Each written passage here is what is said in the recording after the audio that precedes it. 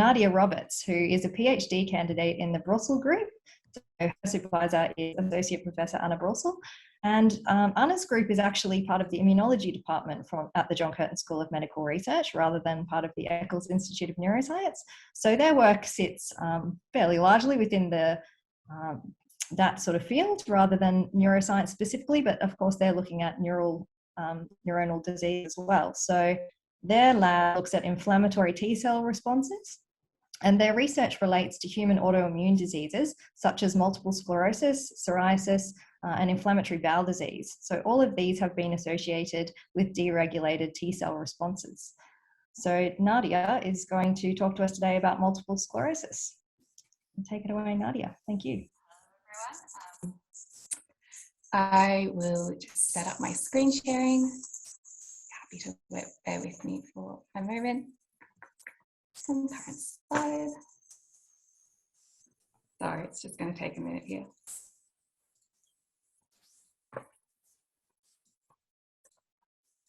Okay, can you see this? I'm hoping you can all see and this clearly. Bear with me just one moment. All right, so hello everyone, I am Nadia. I am a PhD student at the John Curtin School of Medical Research. And today I'll be talking to you about the disease focus of our lab, which is multiple sclerosis. So I'll be telling you a little bit about what causes the disease, the kind of symptoms it has, and its underlying pathology. And also at the end, I'll just be talking a little bit about just some of the work that our group does on this disease.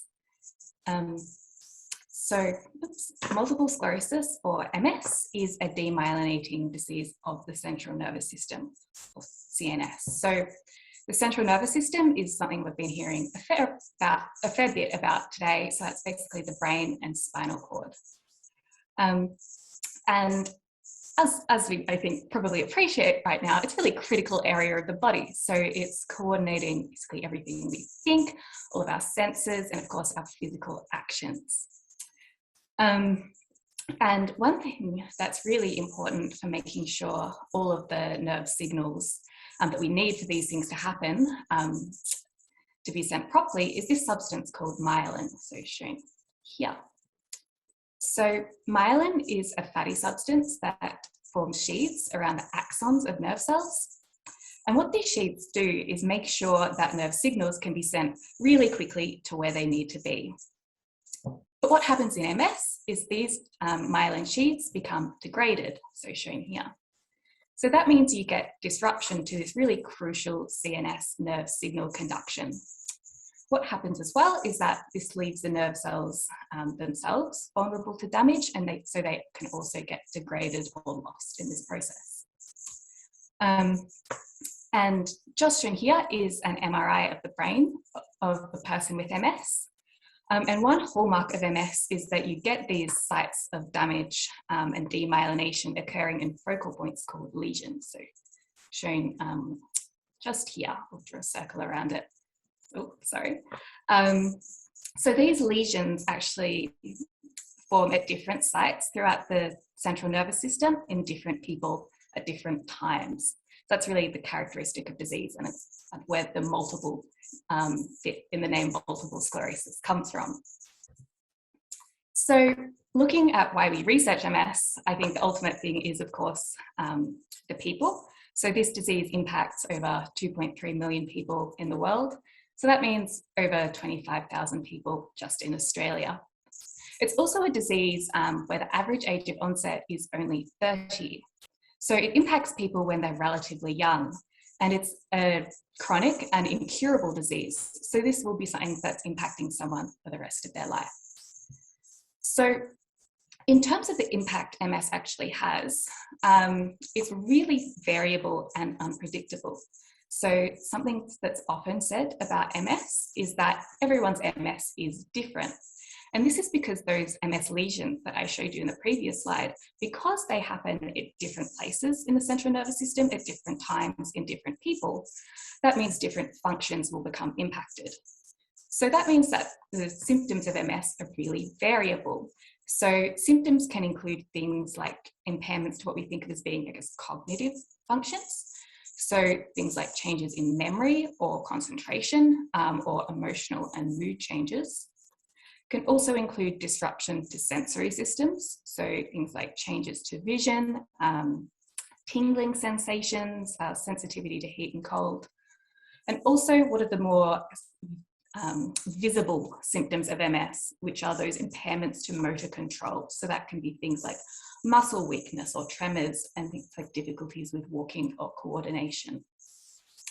So the symptoms of MS are really variable and differ between individuals. And that's something we also see in terms of the longer term course of disease. So looking this time over the course of months, years, and decades. So most people, when they get MS, they have what's called a relapsing remitting disease pattern, which is represented in this schematic. So that's where you get these periods of symptoms, so shown on this axis. But these are followed by periods of recovery, so shown here, where those symptoms actually disappear either fully or partially before further episodes of symptoms. However, in most people, this kind of disease pattern actually goes on to what we call secondary progressive MS. So where you don't get these periods of recovery, and impairments are actually cumulative and irreversible, so shown here. And in some people, this is what the disease looks like from the beginning. And these kind of disease courses over the longer term are another thing about MS that we just can't predict. So we can't predict, for example, when someone will have a relapse, or when their disease might switch to this progressive phase, or how quickly the disease will progress. So again, it's really so variable and differs so much between individuals. And one thing I think illustrates this really well is this figure here. Now, this figure is kind of complex, but it comes from a neurologist in Melbourne who basically looked at all the people with MS that he sees and looked at how long they'd been living with MS, so shown on this axis, and how severe their MS was, so shown on this axis. And this was using what's called the Expanded Disability Severity Score, which is the most common way to measure impairments from MS disease. So this score ranges from a 0 being basically no impairment, to 1 being relatively mild, all the way up to 9, which is extremely severe MS, basically means an individual can't get out of bed, can't feed themselves. So really severe disease. And each dot on this graph represents a different person living with MS. And what you can kind of see from this is that there's huge variation in terms of how severe someone's MS is. Even with people who have been living with the disease for the exact same amount of time. So for example, if you just look around here, so people who've been living with the disease for about 15 to 20 years, you can see there's a huge spread in terms of where these people sit in disease severity. And we also see this spread with people who have been living with the disease for a really long time, but also quite a lot of spread in terms of people who have been more newly diagnosed. So here it is, a very variable disease. And I will say just about this graph that it might be the kind of thing that will look different in the future, because people who were actually diagnosed 40 years ago or even 30 years ago, MS treatments only became available really in the early 90s, and they're getting better, and they've seen huge improvements over the last 10 years or so. So hopefully that will change the picture of how MS looks in the long term in the future. So here we have this really variable disease in terms of symptoms and long-term course, and I'm afraid that's actually not where the variability stops. Because when we look at the causes of MS, there's actually not just one thing that we can point to and say, yes, this is the cause and trigger of MS. But what we have identified are certain risk factors that seem to contribute to people developing multiple sclerosis. So these risk factors, they can be genetic. So there are certain genes a person can have that will predispose towards development of multiple sclerosis. They can be environmental. So certain environmental factors like exposure to particular pathogens or environmental chemicals. And also some modifiable risk factors. So things about I guess we can change, so such as smoking, for example. But the important thing to consider with all of these risk factors is that they seem to combine in different ways to trigger MS in different people, in that one person with MS might have a particular split of MS risk factors, so just color-coded here, but this will look different in another individual with MS. And it's also equally possible to develop this disease on a genetic, environmental basis, rather than those modifiable risk factors. So, in terms of what these things actually cause and what's going wrong in MS, yes, as was kind of alluded to earlier, now is definitely the time for me to own up to the fact that I'm not a neuroscientist, that I'm in our immunology department, and that's because multiple sclerosis actually has a really strong autoimmune component that's driving the disease. So our immune system, just shown here in this schematic, are a variety of immune cells. As I'm sure we're really, really appreciating at the moment, our immune system is crucial in protecting our body from pathogens that might harm us. So things like bacteria, viruses, of course. Our immune system is critical in protecting our body from these. But what can happen is that our immune system starts to recognize some aspect of our own body as a foreign invader or pathogen, or something that our body needs to be protected against. So this is what we call autoimmunity, when our immune system starts targeting some bit of our own body. And so this is what happens in MS. Our immune system becomes activated against our myelin sheaths that surround nerve axons.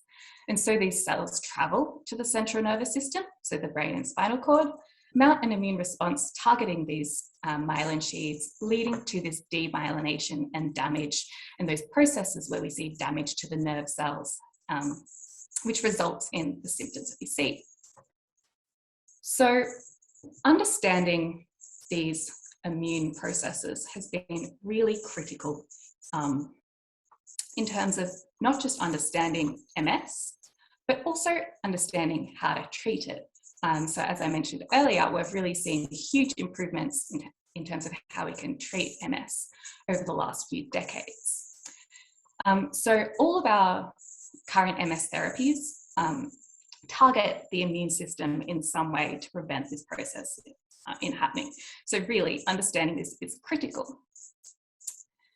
MS though, because it's so complex and variable, as I keep saying, so differences in symptoms, long-term disease course, and even causes, coupled with the fact that the disease is happening in a pretty inaccessible area of our body, so the central nervous system, that we can't readily take samples on or look at on the, I guess, immune cell level, a lot of really critical work in terms of multiple sclerosis has been done using disease models. So something we can look at a little bit more closely than we can with humans.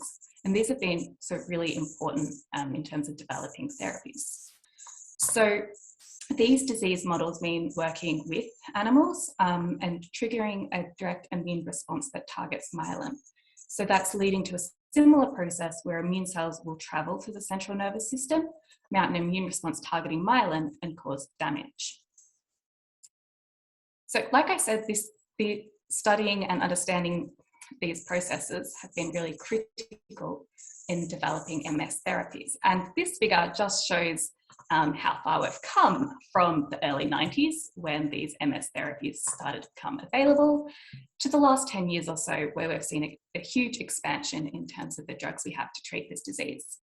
So just looking at this figure, it looks like a lot of drugs, right? And it is a lot of different therapies, which is really great.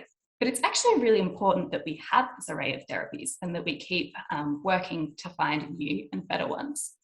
So I will say first, none of these therapies is a cure for MS, far from it. What they do is help to limit the number of relapses a person might have, and also prevent that accumulation of damage happening in the central nervous system. They're also not all equally effective, so some drugs are more effective than others, and there can also be differences in how a particular person will respond to a particular therapy. So being able to switch therapies, move therapies is really important. There are also further issues with some of these drugs in that all of them are associated with side effects to varying degrees. Some of these can be quite critical and limiting. So for example, take mitoxantrone. So mitoxantrone was one of the earlier drugs approved for MS. It's a chemotherapy drug, so mainly used to treat cancers, but also suppresses the immune system, which is why it works in multiple sclerosis. But this drug really isn't used much nowadays, and when it is used, it's really only when other treatments have failed or in particularly severe cases. And that's because even though it's a really effective therapy, it actually has really nasty side effects. So the most serious of these being that it damages the heart, and that the more drug is given, the worse this risk of damage is. So again, this is really limiting in terms of how a therapy like this can be used. So one thing to consider in terms of MS drugs is that they're all delivered systemically. So if taken as a tablet, injected, or put into the bloodstream. So what this can mean is that these drugs can go to other areas of the body. So instead of the central nervous system, where they can cause damage, so such as mitoxantrone, which accumulates in the heart, where it has its nasty effect. So potentially one way to improve MS therapy might be to get treatment more directly to where this inflammation is actually happening. And this is where I'm coming to a little bit of the work our lab does. So getting treatment into the central nervous system is actually a relatively tricky thing to do. Because it's such a key area of the body, it's pretty well protected. So we have this structure called the blood-brain barrier, which its function is basically to protect the central nervous system and really tightly regulate what can actually get into the brain and the spinal cord tissue from the bloodstream. But what happens in MS is that this blood-brain barrier actually becomes leaky characteristically. So that's why I've brought up this MRI again, which shows our MS lesion here. So, because the interesting thing about this MRI is that the reason we can see this leakiness so well is because of this blood-brain barrier leakiness. So this person has been given a dye basically into their bloodstream that shows up on MRI. And this MRI is able to leak into lesion sites because that's where the blood-brain barrier is disrupted, as opposed to the rest of the central nervous system tissue, which remains protected by the blood-brain barrier. So this blood-brain barrier leakiness is a real hallmark of disease and inflammation. So they're these sites where demyelination and immune infiltration is actually happening. So one potential way to get treatment into the brain is potentially to take advantage of this leakiness. So a potential way to do that is using what I've just brought up on the screen here, which is a liposome. So a liposome is a lipid-based nanoparticle. So basically it can be used as a tiny little envelope that can be used to transport drugs. Now we might have been hearing a little bit about lipid nanoparticles lately because that's actually how some of the vaccines for COVID are packaged. So this is, I guess, a related technology. But what these liposomes are really good at doing is accumulating in sites where blood vessels are disrupted. So such as the leaky blood-brain barrier in MS. And they're less good because of their size at getting through healthy blood vessels into normal tissue. So potentially, if we use these drug vehicles and load them with MS therapies, they might be a good way to get these therapies into sites of inflammation, so accumulating at these leaky sites within the central nervous system. So that's something we were really interested in our lab, is looking at this. So what we did was take some of these drug vehicles and tag them with a fluorescent dye. And then we administered them to mice with that MS model. So where we have that immune infiltration of the central nervous system and breakdown of the blood-brain barrier. We also administered them to healthy mice where the blood-brain barrier is intact. So this is what we saw. So this picture is, I guess, a little bit abstract, but basically this lighter oval is a brain. When we looked in our healthy control mice, so the blood-brain barrier is intact, we couldn't actually see any liposome signal at all. So under normal conditions, these vehicles are prevented from entering the central nervous system because of the intact blood-brain barrier. But when we looked in our disease model, so where we have this blood-brain barrier breakdown, what we actually begin to see is some liposome signal. So that means that these vehicles, which we can use to transport drugs, end up in the central nervous system at times of inflammation and seem to accumulate there over time, so looking from 2 to 5 days. So this is really interesting and potentially really good news for using these vehicles for drug transport. But ultimately, the question that we're interested in is whether this can actually make treatments better. So what we did was looked at their impact on treatment again in our model of MS. So what we did was take an existing MS drug here. And so we used the one I keep mentioning that's got particularly nasty side effects, which is mitoxantrone, so we'll call that MTX. And then we compared it to the exact same dose of the exact same drug, but this time packaged into these drug vehicles that we know are getting into the central nervous system. So that's our liposomal mitoxantrone, or LMTX, as I'll call it. So then we looked at the impact of treatment of these drugs in symptoms in our disease model. So that's what this figure shows. So on this axis is just disease severity, and on this axis is time. So we're looking at the impact of treatment on disease severity over time. And this is treating without liposomal drug, the same dose of freely delivered drug, or just drug vehicle only, which is a control basically. We don't expect that to have an impact on disease. So shown in black here is our vehicle only disease severity. And interestingly, when we look at the mice treated with freely delivered drug, which is shown in green, we see that they're basically the same. So the dose of this freely delivered drug that we're using isn't high enough to impact disease severity, even though we know that at different doses, it does work, and it works in human MS. But the really exciting thing that we saw was that when we had this drug packaged in liposomes, we were actually able to fully prevent symptoms of disease in this model. So what that suggests is that the liposomal drug might be effective at lower doses than the freely delivered drug. So it might be able to allow for lower doses to be delivered in human disease, leading to safer therapy. So this study here is just a snapshot into an existing project that is far from completion, and it's just one little bit of the research we do in our lab. But I hope you found it interesting. I'd just like to finish up by saying thank you to the team that I work with. So by shown here, all wearing red. This is our lab that does this MS research. And also I'd like to say thank you to Lipotech, who are another group at John Curtin, who are the ones actually making these liposomes that we look at. And of course, thank yous to MS Research Australia, who do some really great work in terms of promoting and funding MS research, and also fund a lot of the work we do. And thank you to all of you for listening. I hope it was interesting and maybe that you learned something about this disease. And happy to take any questions that you might have.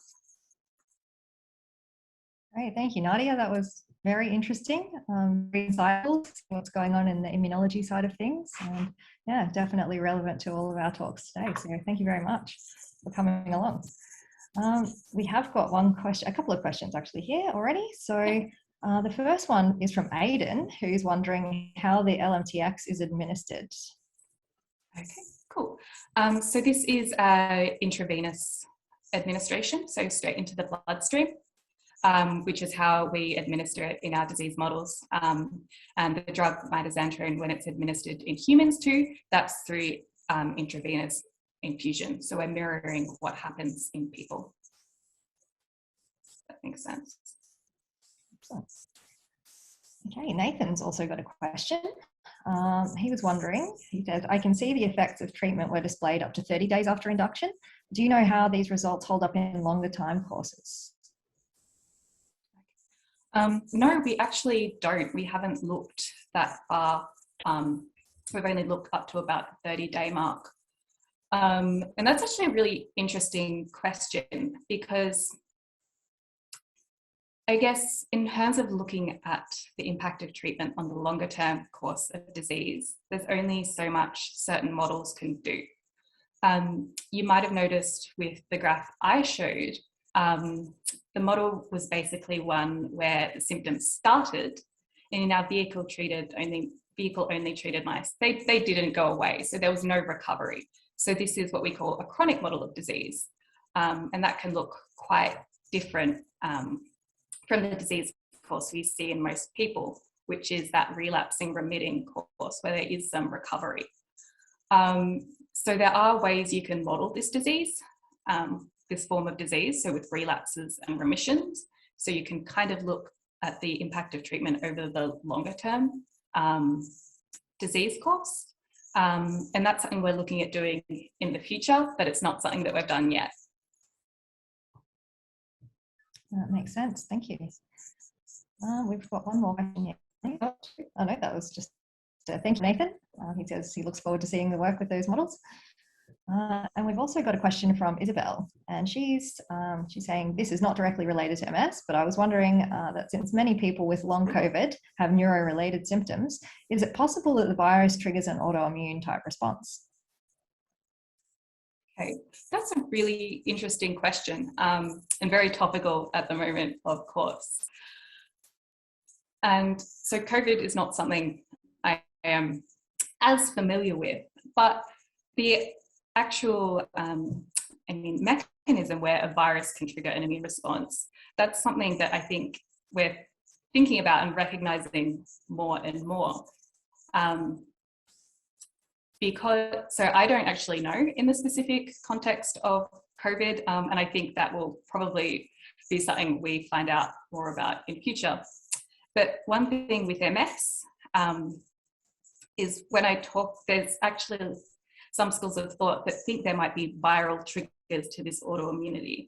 So basically some bit of the virus or infection that we have is being quite similar to the molecules that we see in our myelin sheaths. So the immune system actually gets, I guess, mistaken or mixed up following on from this infection with the virus, and then begins to target the myelin, leading to what we see in MS.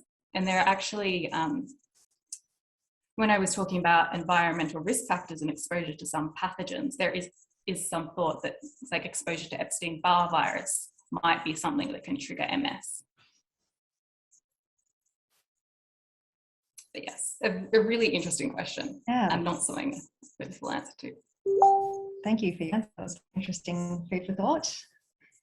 Felix has a question as well now. So he's saying, looking across the history of treatment of MS, what are your opinions in terms of the type of drugs used? Is there a bias of using monoclonal antibody-based drugs versus chemotherapeutic agents? What are your thoughts there? Okay, that's another really interesting question, because we do have several different classes of drugs in multiple sclerosis. So even though they all act in some way on the immune system, they will be targeting different aspects of the immune system and doing this in different ways. And I will preface my answer, I think, by saying I'm not a neurologist. So in terms of, looking at the kind of therapies that might be best for an individual, or what's best in terms of treatment options now, that's not really something I can comment on. But what I will say is that there has been, in the last 10 years, I've seen those monoclonal antibodies coming in, which can basically specifically deplete immune cell populations by targeting them with specific antibodies. And they do seem to be really effective in treating MS, and they've been a big advancement in MS therapy. Yes, in terms of things I can't really comment. Well, thank you so much. That was very interesting.